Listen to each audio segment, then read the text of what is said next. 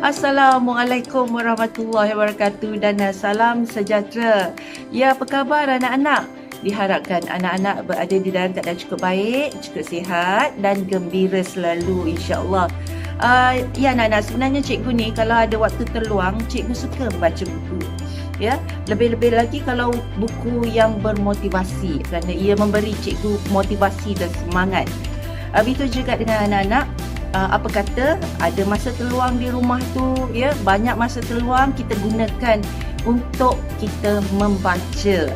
Tanamkan semangat membaca, tanamkan tabiat untuk membaca, untuk kita kenali dunia ni hanya dengan membaca. Baiklah, jom sembang bersama Cikgu Ji kembali menemui anak-anak. Hari ni cikgu ada satu topik yang cukup menarik yang rasanya tak sabar cikgu nak sampaikan kepada anak-anak. Kerana ia juga ada kaitan dengan personality diri kita. Apakah topik itu? Senyum. Senyum, ya. Ada orang tak suka senyum, tapi kita perlu senyum. Kerana apa? Ini dia, banyak kelebihannya. Sebenarnya senyuman itu memiliki kuasa yang cukup besar terhadap diri seseorang. Hanya dengan senyuman sebenarnya kita boleh menaruki dunia ni.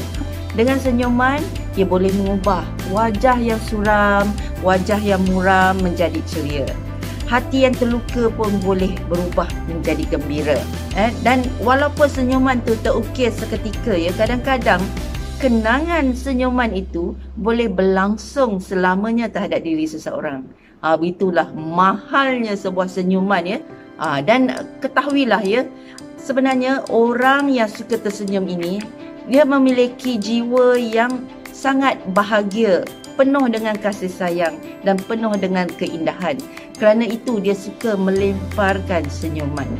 Jadi senyumlah, ya, kerana senyuman itu anugerah atau sedekah yang terindah. Baiklah, apa kata kita tengok apakah kelebihan senyuman ini? Jom, ini dia. Yang pertama, dengan senyuman anda akan kelihatan lebih menarik. Kerana senyuman itu merupakan penyeri wajah. Penyeri wajah membuatkan diri anda kelihatan lebih menarik, lebih menawan dan memikat hati. Orang akan lebih selesa dan lebih senang untuk mendekati diri anda berbanding mereka yang punya wajah yang masam.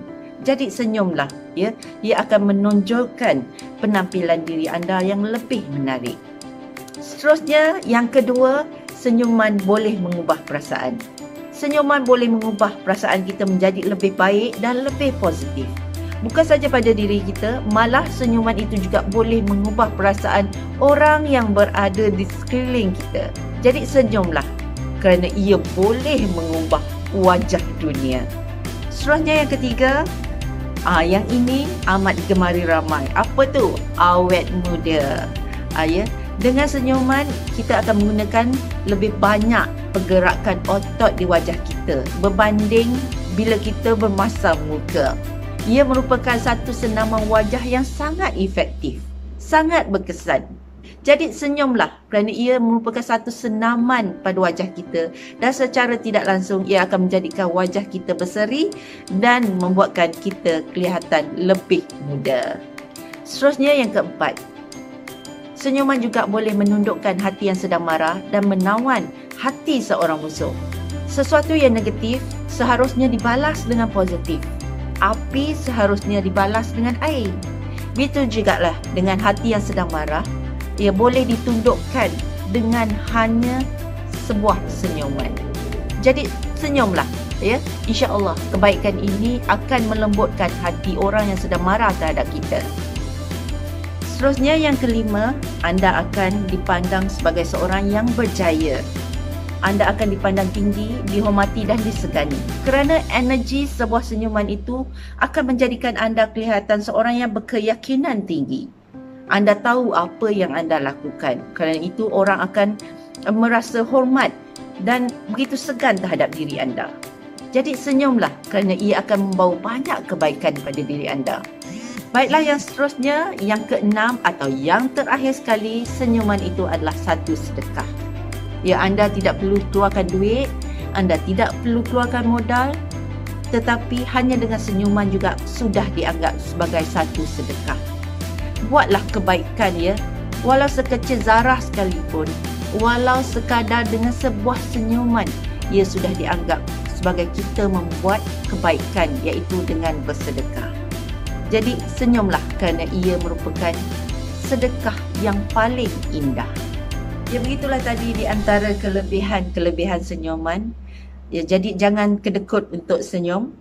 Ya, buatlah kebaikan walau dengan secepis senyuman. Ya, pasti amat tinggi nilainya.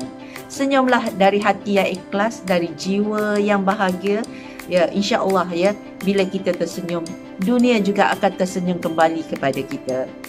Hingga kita berjumpa lagi di lain masa, pastikan anak-anak sentiasa jaga diri, jaga peribadi, stay home, stay safe. Bye.